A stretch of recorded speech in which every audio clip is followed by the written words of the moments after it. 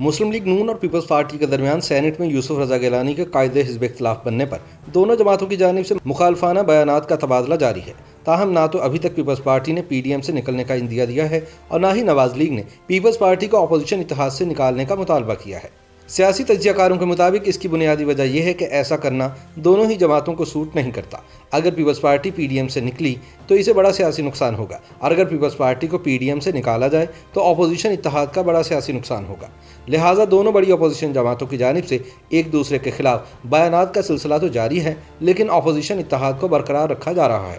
لیکن دیکھنا یہ ہے کہ پی ڈی ایم کا اتحاد مزید کتنا عرصہ برقرار رہتا ہے۔ گیلانی کو سینٹ میں قائد حزب اختلاف بنائے جانے پر سب سے سخت رد عمل مریم نواز نے دیا اور کہا کہ پیپلز پارٹی نے ایک چھوٹے عہدے کے لیے پی ڈی ایم اور جمہوریت کو نقصان پہنچایا ہے۔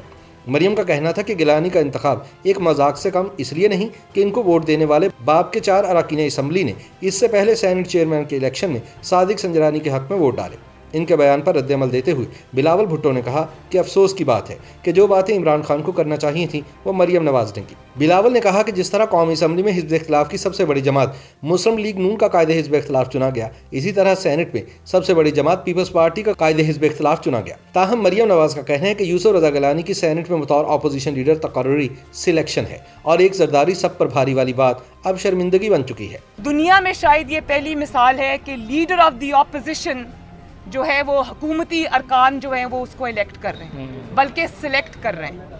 مریم نواز نے کہا کہ سینٹ میں قائد حزب اختلاف کو بلوچستان عوامی پارٹی کے اراکین نے باپ کے کہنے پر ووٹ دیا۔ واضح رہے کہ بلوچستان عوامی پارٹی کے نام کے ابتدائی حروف کے استعمال سے اس کو باپ بھی کہا جاتا ہے۔ مریم کا کہنا تھا کہ ایک طرف لوگ آئین و قانون کی خاطر جدوجہد کر رہے ہیں تو دوسری طرف لوگ چھوٹے سے فائدے کے لیے بیانیے کو روند رہے ہیں، جس سے جمہوری جدوجہد کو نقصان پہنچایا گیا ہے۔ خیال رہے کہ مسلم لیگ نون کے رہنما دعویٰ کر رہے ہیں کہ پی ڈی ایم کے اجلاس میں مسلم لیگ نون کے امیدوار کو سینٹ میں قائد حزب اختلاف بنانے پر اتفاق ہوا تھا، جبکہ پیپلز پارٹی کے رہنما ایسے کسی بھی اتفاق کی تردید کر رہے ہیں۔ مریم کا کہنا ہے کہ سینٹ میں قائد حزب اختلاف کا عہدہ مسلم لیگ نون کو مل جاتا تو انہوں نے کون سی حکومت بنا لینا تھی۔ ان کا کہنا تھا کہ جب باپ کا حکم ہوتا ہے وہ حکومتی نشستوں پر بیٹھے نظر آتے ہیں اور جب باپ کا حکم آتا ہے تو وہی لوگ اپوزیشن میں چلے جاتے ہیں۔ آپ نے ایک جمہوری کاز کو، جمہوریت کو، عوام کے حق کے حکمرانی کی جدوجہد کو بہت بڑا نقصان پہنچایا ہے، اور میں یہ سمجھتی ہوں کہ یہ نقصان جو ہے یہ سب سے زیادہ آپ کو خود پہنچا ہے۔ آپ مجھے بتائیں کہ لیڈر آف دی اپوزیشن کیا عہدہ ہے بھائی؟ مسلم لیگ نون کو اگر یہ عہدہ مل جاتا تو مسلم لیگ نون کون سا کوئی حکومت بنا رہی تھی؟ ایک چھوٹا سا وقتی فائدہ ہے، اور مجھے افسوس اس بات کا ہے کہ آپ نے اس چھوٹے سے فائدے کے لیے، ایک چھوٹے سے عہدے کے لیے آپ نے باپ سے ووٹ لے لیے، اور وہ والے باپ سے ووٹ لے لیے جو اپنے باپ کی اجازت کے بغیر کسی کا ساتھ نہیں دیتا۔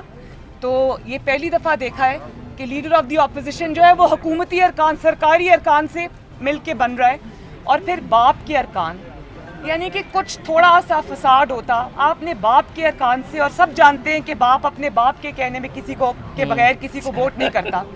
باپ کا جب حکم ہوتا ہے تو وہ حکومتی بینچز کے اوپر جا کے بیٹھ جاتے ہیں، باپ کا جب حکم ہوتا ہے تو وہ اپوزیشن بینچز پہ آ کے بیٹھ جاتے ہیں یا انڈیپینڈنٹ ہو جاتے ہیں۔ مریم نواز نے پیپلز پارٹی کا نام لیے بغیر کہا کہ اگر آپ نے تابعداری کرنی ہے تو پھر آپ کو عمران خان کی پیروی کرنی چاہیے، جو پوری طرح عیاں ہو چکے ہیں۔ یہ نہیں ہو سکتا کہ آدھا تیتر اور آدھا بٹیر والی سیاست ہو۔ اگر آپ نے تابعداری کرنی ہے، اگر آپ نے سلیکٹ ہونا ہے، تو پھر آپ کو عمران خان کی پیروی کرنی چاہیے، جو بہت ڈٹائی سے اور بہت یعنی کہ پوری ایکسپوز ہو کر وہ تابعداری کرتا ہے اور باپ کے احکامات مانتا ہے۔ پھر آدھا تیتر اور آدھا بٹیر اور کبھی اپوزیشن کبھی حکومت، یہ نہیں ہو سکتا۔ کھل کے آپ کو اس کو اون کرنا چاہیے کہ آپ نے باپ کے احکامات مانے ہیں، اس کو تسلیم کیا ہے، اس کو استعمال کیا ہے۔ دوسری جانب بلاول بھٹو کہتے ہیں کہ سلیکٹڈ کا لفظ انہوں نے متعارف کروایا تھا، وہ جانتے ہیں کہ یہ لفظ کس پر استعمال ہونا ہے اور کس پر نہیں۔ اور جہاں تک سلیکٹڈ کی بات ہے، وہ تو لفظ میں نے دیا ہے تو میں جانتا ہوں کہ وہ کس پہ استعمال ہونا بنتا ہے اور کس پہ استعمال ہونا نہیں بنتا۔ ان کا کہنا تھا کہ یوسف رضا گیلانی کا سینٹ میں اپوزیشن لیڈر کا عہدہ ان کو اکثریت حاصل ہونے کی وجہ سے ملا ہے، اور میں مریم نواز کی تنقید کے جواب میں تنقید نہیں کروں گا۔ پی ڈی ایم کو نقصان نہیں پہنچانا چاہتا ہوں، and I will choose not to respond